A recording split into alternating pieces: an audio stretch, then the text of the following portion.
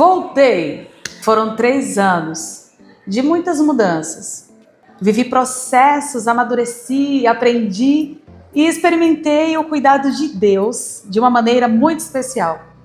Embora eu estivesse longe das câmeras, longe do palco, longe de toda aquela badalação que eu estava vivendo, Deus nunca deixou de trabalhar. Eu também nunca deixei de sonhar os sonhos de Deus para a minha vida. Mas quando eu olhava para a Bíblia Sagrada e lia em 1 Coríntios capítulo 4, versículo 1, que os homens nos considerem como ministros de Cristo e admiradores dos mistérios de Deus, eu pensava comigo, como eu vou viver uma vida pregando que as pessoas têm que viver o propósito de Deus, têm que viver o Evangelho de Cristo, têm que pensar que Ele se sacrificou na cruz do Calvário e nós devemos também sacrificar a nossa vida e não fazer isso. Se Ele te chamou para um mistério, você precisa entender a hora de cumprir com essa palavra, porque não adianta ler e não viver aquilo que Deus tem determinado para você. Nós estávamos em Sergipe, a minha terra natal, e o Senhor nos colocou para pastorear uma igreja numa cidade chamada Telha. E nesse lugar, o Senhor nos deu uma vivência maravilhosa. Uma igreja de pessoas que nos abraçaram, que cuidaram de nós como pastores, que andaram junto conosco e que também tornou a nossa despedida muito difícil, porque foi um momento de muito choro, momento de dor, mesmo sabendo que Deus vinha falando que a partida estava próxima, foi difícil dizer adeus. Deus tinha dado uma ordem e nós estávamos executando. E estava indo tudo bem. O Senhor sempre nos surpreende, sempre vai além do que a gente possa imaginar, porque os nossos olhos não conseguem jamais enxergar a grandeza de Deus, os nossos pensamentos e o nosso coração jamais vão poder contemplar, porque ainda em Coríntios, capítulo 2, versículo 9, vai dizer: nem olho viu, nem ouvido ouviu, tampouco entrou no coração do homem as coisas que Deus preparou para aqueles que o amam. Sempre existiu no nosso coração o amor pelo Senhor, o amor pela obra, o amor em servir, em fazer aquilo que apraz a Deus, aquilo que agrada ao Senhor. Muitas vezes é sacrificante, mas nenhum sacrifício se compara àquele que foi feito por Ele na cruz do Calvário. Servi-lo é só um pouco do que nós podemos fazer pelo reino de Deus. O Senhor começou a falar que nós iríamos sair dali. Começou a ministrar no nosso coração, a falar através de profetas, que nós íamos partir daquele lugar. Preparou a igreja para esse momento de partida e estava ficando cada vez mais difícil, porque existia um elo de sentimento, de amor, de apego muito grande.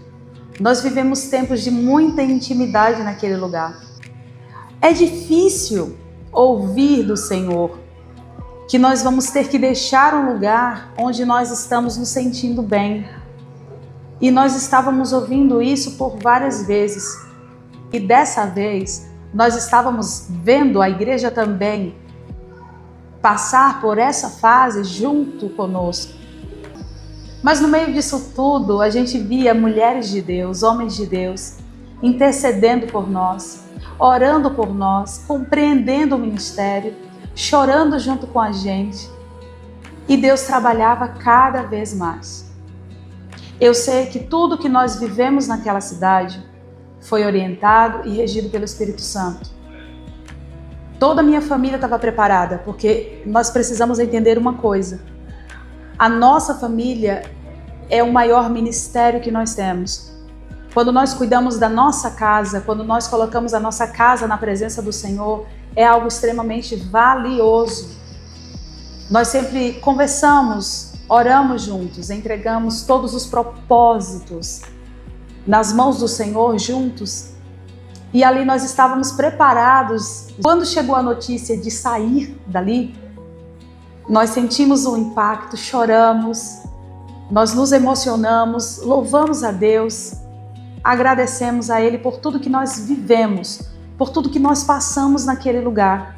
Momentos inesquecíveis, momentos onde a bandeira do Senhor foi hasteada, momentos onde o Espírito Santo teve liberdade de atuar, Momentos onde eu sei que a glória do Senhor brilhou naquele espaço.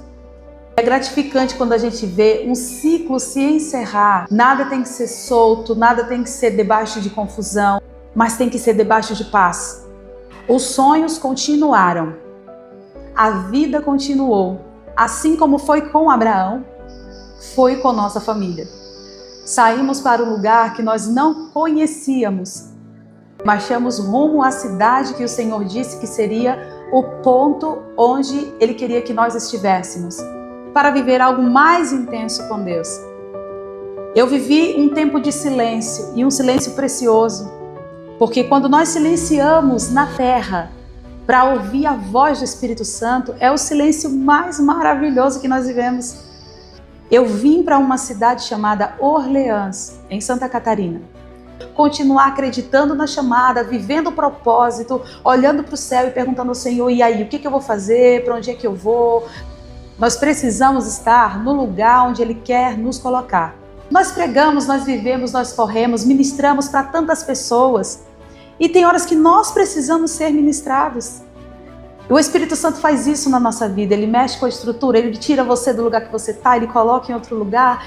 E tudo isso que nós vivemos não é nada para nos destruir, nada para nos arruinar, ao contrário, é um período que nós vivemos de mudança, mas nós precisamos continuar servindo ao Senhor. Não importa nada que aconteça, importa que você está no alvo, no objetivo, você está no foco daquilo que Deus quer fazer na tua vida.